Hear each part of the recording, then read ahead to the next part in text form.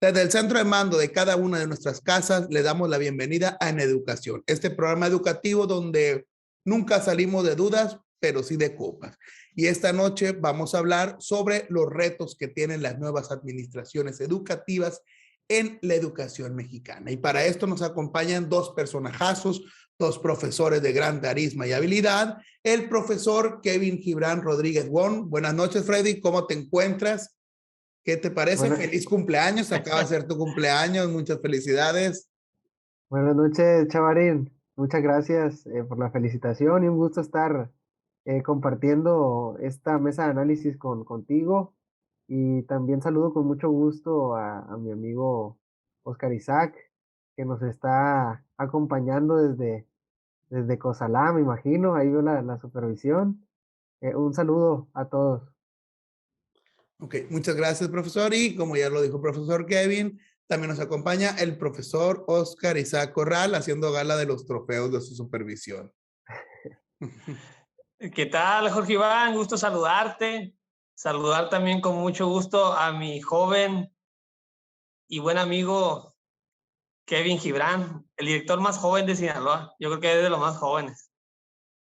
Y sí, aquí andamos en la supervisión, aprovechando el espacio y listos para comenzar otra serie de reflexiones, de discusiones. También saludo con gusto a nuestros seguidores, a quienes se dan el tiempo. Muchas gracias, profesor. Y como lo mencionó, los invitamos a participar, a comentar, ser partícipe de esta charla, a compartir, a ver nuestros videos en YouTube. Ahí tenemos varios participaciones, varias entrevistas y varios diálogos muy interesantes que tienen que ver con nuestra realidad educativa. Y si vamos a hablar de realidades educativas, pues hoy nos encontramos y quiero comentar el caso. A lo largo de pues, gran parte de la República Mexicana, en los diversos estados, hubo cambios administrativos, cambios de gobierno, eso mismo pasa en la cuestión educativa, es algo completamente normal, llegan nuevas administraciones, pero con ello llegan o se afrontan nuevos retos, retos que van desde un carácter educativo, retos que van desde un carácter en defensa de los derechos de los profesores, que van en un carácter de infraestructura y de un montón de cosas que pues se vienen. Yo quisiera hablar primero, profesor Kevin, ¿cuáles son esos retos que se vienen a enfrentar las nuevas administraciones educativas en este nuevo periodo?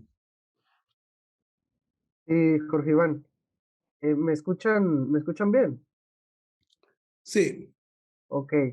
Mira, quisiera destacar dos principalmente. El que tiene que ver con el rezago educativo, y el otro punto que también considero importante es, sin duda, el regreso a clases, ya después de varias declaraciones que se han hecho públicas por parte del presidente de la República, Andrés Manuel López Obrador, quien básicamente ya está pidiendo que no haya escuelas a distancia, ¿no?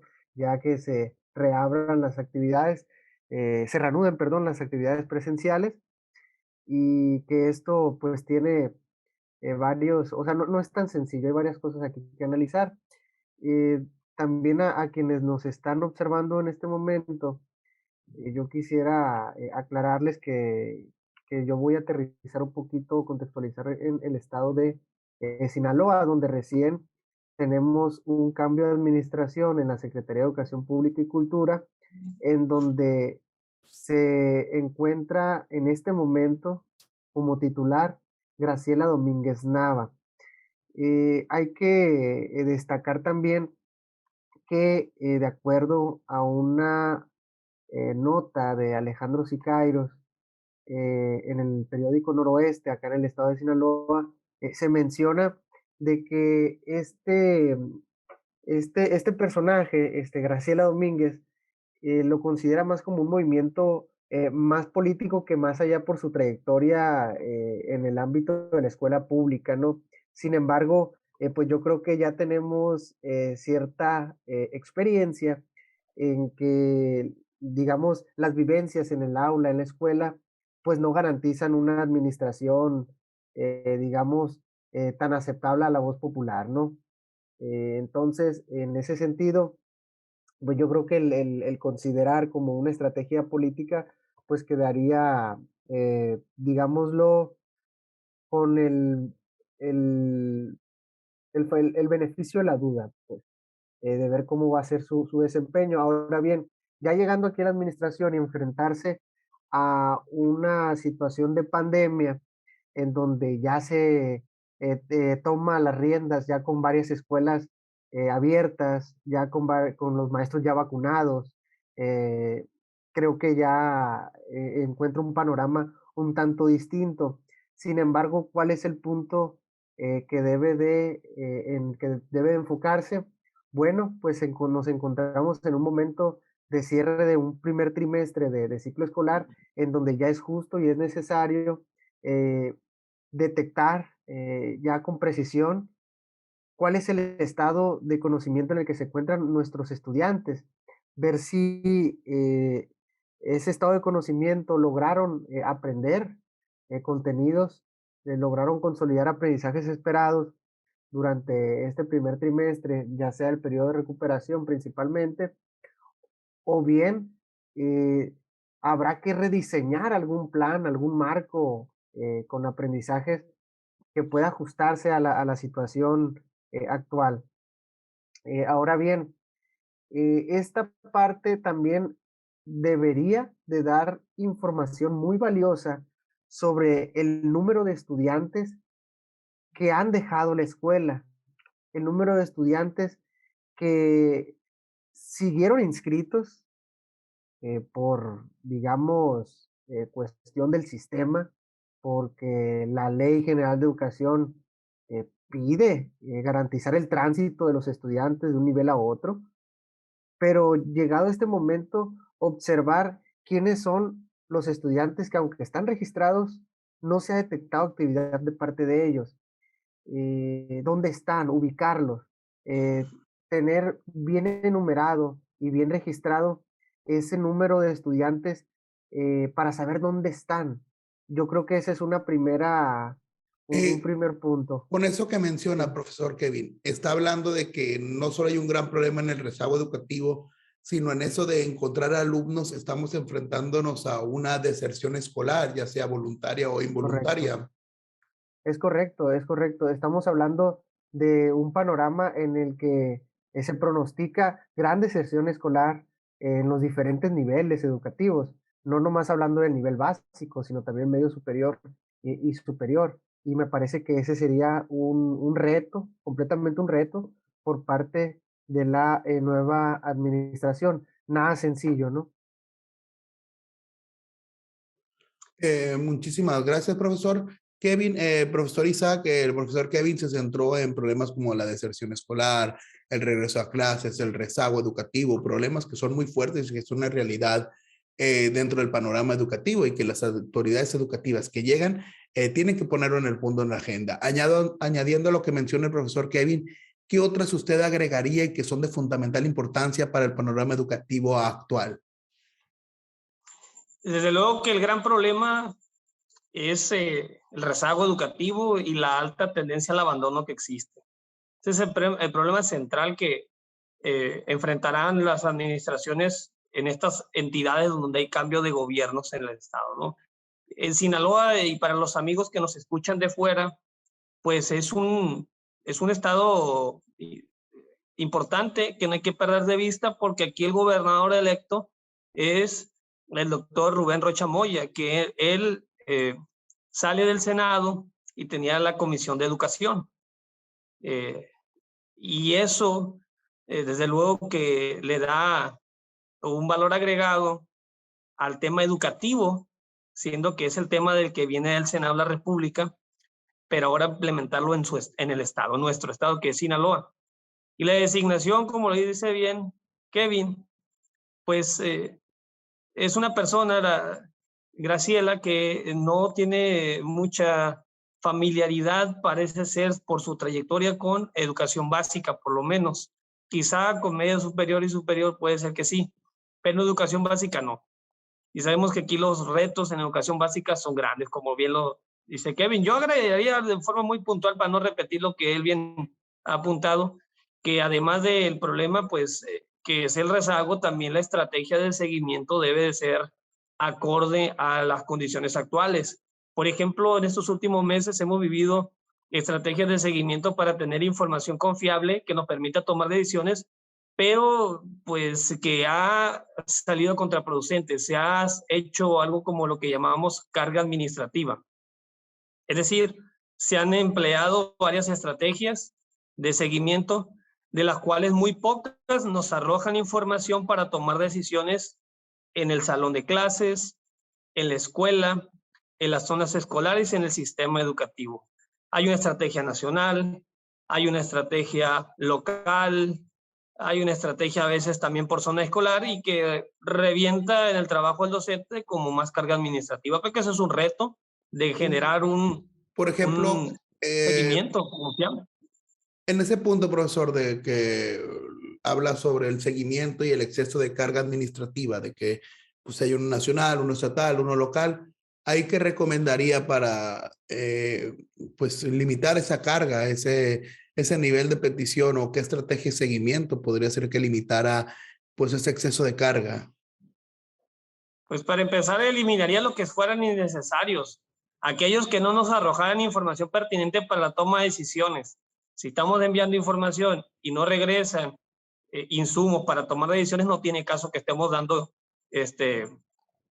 datos, subiendo archivos, productos, que luego no tenemos utilidad en la práctica, ¿no? Porque los profes, pues, además de esto, tienen que atender el rezago. Y bueno, siguiendo con los retos, desde luego, que hay otros tan importantes como el rezago, que son las condiciones de la infraestructura, de escuelas que, bueno, en Sinaloa, no sé los compañeros de otros estados, pero en Sinaloa tenemos también una situación diferente. Aquí hay dos secciones sindicales y una sección, la estatal, había puesto en la mesa las condiciones de regreso y mientras no se atendieran, pues ellos no regresaban. Creo que es una demanda interesante que analizar, mientras que la federación, el subsistema más grande, el federal, algunas escuelas se encontraban en condiciones y regresaron.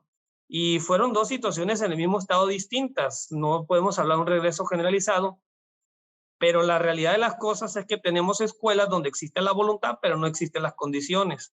Y ese también es un gran reto, la inyección directa, y que aquí el Estado, las administraciones entrantes, tendrán que ver la manera de garantizar condiciones en las escuelas donde ya hay necesidad de volver, ¿no? De mejorar los techos, mejorar los bebederos, los sanitarios, porque se ha dejado, se han disuelto los institutos de infraestructura. En el caso de Sinaloa tenemos uno estatal, todavía sigue, el federal sabemos que se deshizo, por lo que el presidente argumentaba, tenía sus razones, pero se le ha dejado el peso al programa de La Escuela es Nuestra.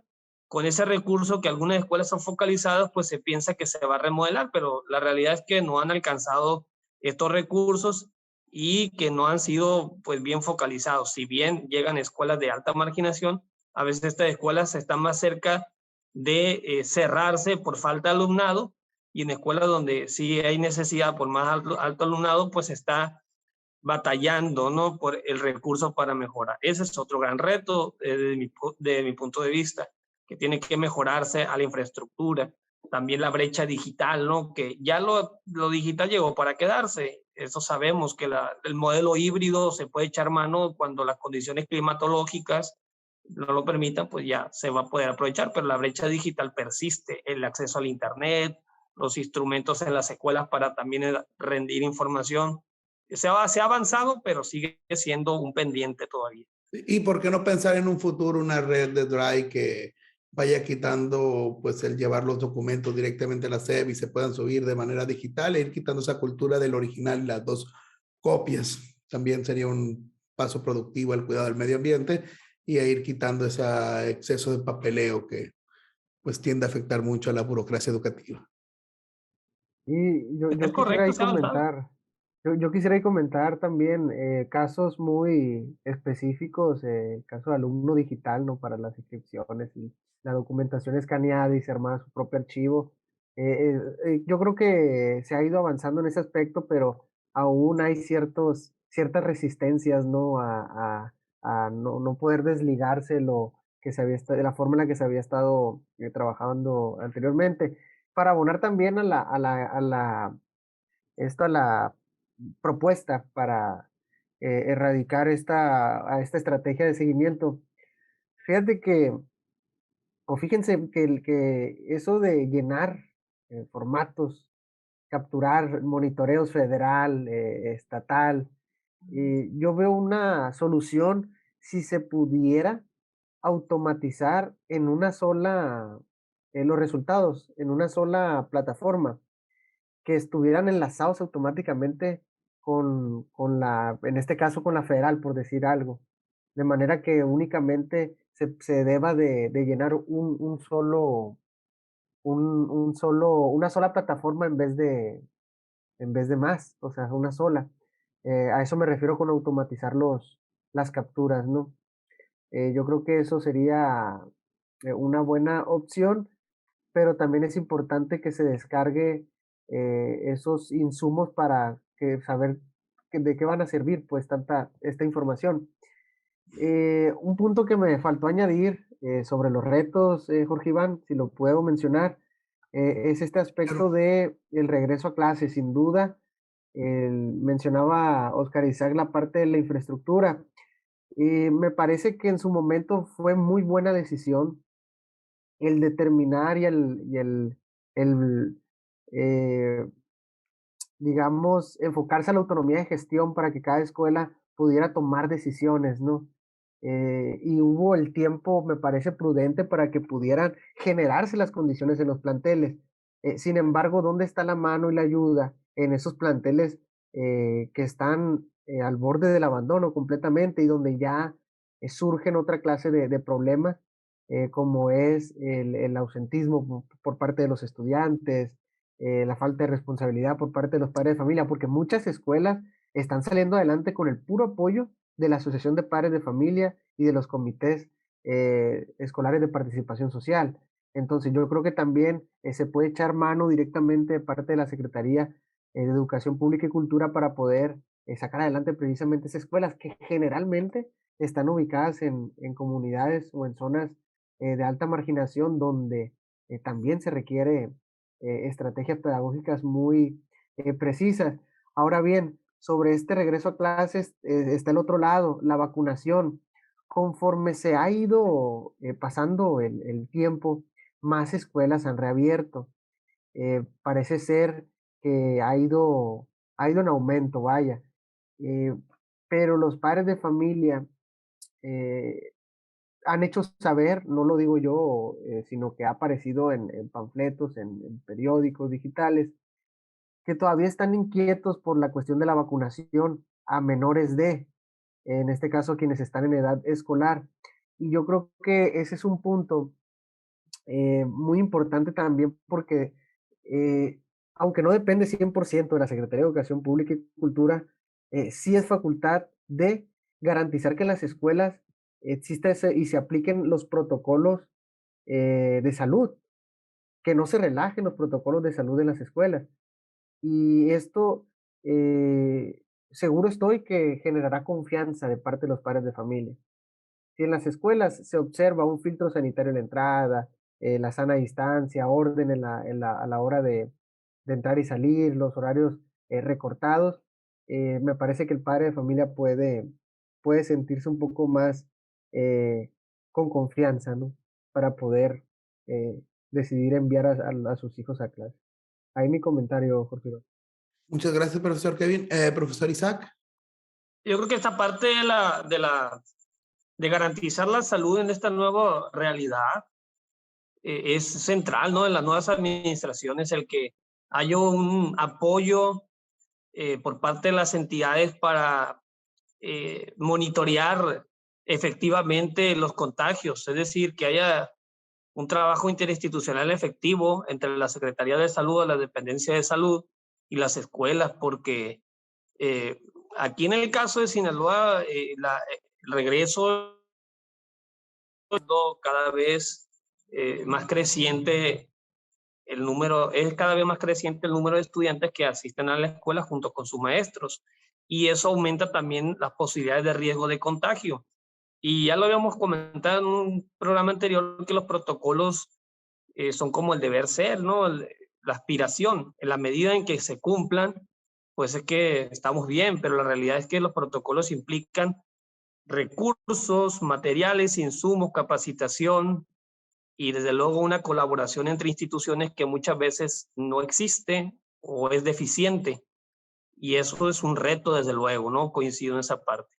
Iré abonando también a otro punto que considero que, si bien esto creo que es lo central, el aprendizaje de los niños, la salud, pero también creo que hay otros retos tan importantes como, por ejemplo, en el caso muy particular de Sinaloa, y soy muy enfático por el argumento de que nuestro gobernador viene de la Comisión de Educación del Senado, y la parte de las escuelas de tiempo completo.